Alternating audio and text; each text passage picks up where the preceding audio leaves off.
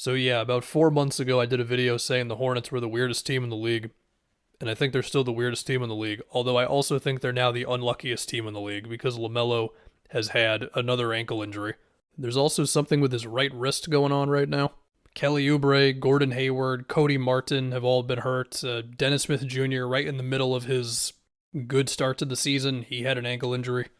And of course, we can't act like this never happened. Like the Miles Bridges situation just kind of looms over the team. And I mean, it's not their fault, of course, but yeah, of course, there was also the Kenny Atkinson, Steve Clifford thing of the offseason. But to dive into the players for a bit. So, as far as LaMelo is concerned, his first ankle injury, it just set the tone for the season. I mean, by the time he was back, they were already so many games below 500. And since he came back, I mean, obviously LaMelo is still awesome because the guy can bust out passes that only a few dudes in the league can make. His contested shot making, while, yeah, sometimes it's like, ooh, did you need to take that?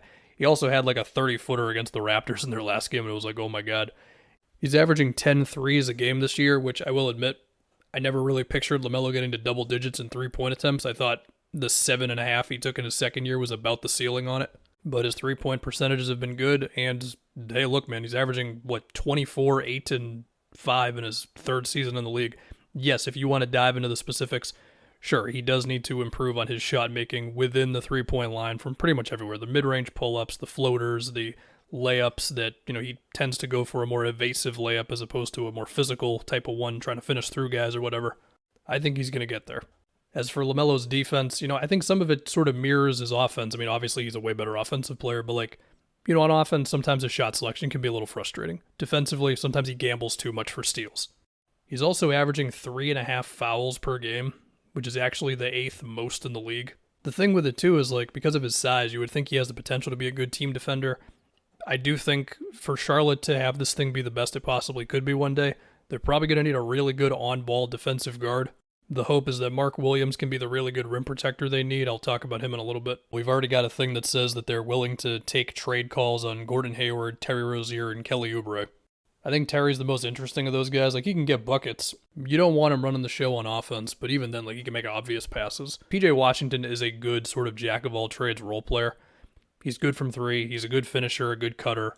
He's been doing a little bit more in the post this year, which I don't know if that's the best version of him, but he's good. He's a 4 who can slide down to 5 in small ball situations, mostly against bench lineups, which he hasn't done as much this season. Jalen McDaniels is 6'9". He's good defensively. He gets steals. He can make threes. What's not to love? I guess the question with him is mostly, can he handle more three-point attempts? And also, he's shown some signs as a ball handler. Maybe it's a pump fake and then 2 dribbles and then he gets to the basket or whatever. It's that's interesting. Nick Richards has emerged as a good inside finisher, if anything. Speaking of which, let's talk about Mark Williams, their recent first-round pick. So, he just had a really good game against the Rockets. 17 points, 5 blocks.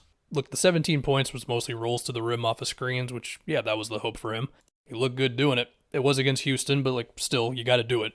5 blocks or 5 blocks, but also, he had a number of plays where he was in drop, and it would be Eric Gordon trying to drive, and then Mark Williams would basically just hold up steady, and then Gordon would have to pass out. Şengün had to do that a couple of times.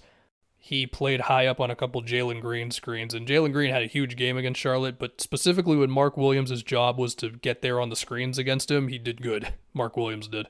And, look, the talk coming into the draft with Mark is that he could be a starting center, and that's been a conversation with this team. Mason Plumlee, he's had a couple of big point games recently, and Plumlee is fine. He's a good passer and all that. It's just ideally you would have a better starting center than Mason Plumlee. Anyway, let's look forward to the draft for these guys. So, of course, they're in the Wembanyama sweepstakes. For the sake of just specifically going for him, you want to finish bottom 3, because all 3 of those teams have 14% chance at number 1. As far as the other guys at the top of the draft, a Scoot LaMelo backcourt is interesting to think about, because of course you would consider both guys to be the main dude running an offense, but you just take the best player, man. Outside of Scoot, you think if they got Amen Thompson, who is a ridiculous athlete, you picture him and LaMelo on the break. If they could tap into some sort of way for Amen to screen for LaMelo or be involved in screens to get downhill while LaMelo can throw it to him on cuts and all that, that would be awesome. But the question with Amen is his outside shot, which is not the same thing for Brandon Miller. Brandon Miller out of Alabama is supposed to be a great shooter, and we all know that shooters next to LaMelo makes sense. So yeah, that's the Hornets. Shout out to Kai Jones, Bryce McGowens, JT Thor. We assume that Lamelo is going to get his max contract this offseason because you can offer it to a guy after his third year. And so that'll start in 2025. And so while the Hornets do have themselves a decent window to get more talent here and build through the draft and all that stuff, I think they really need a win in this upcoming draft.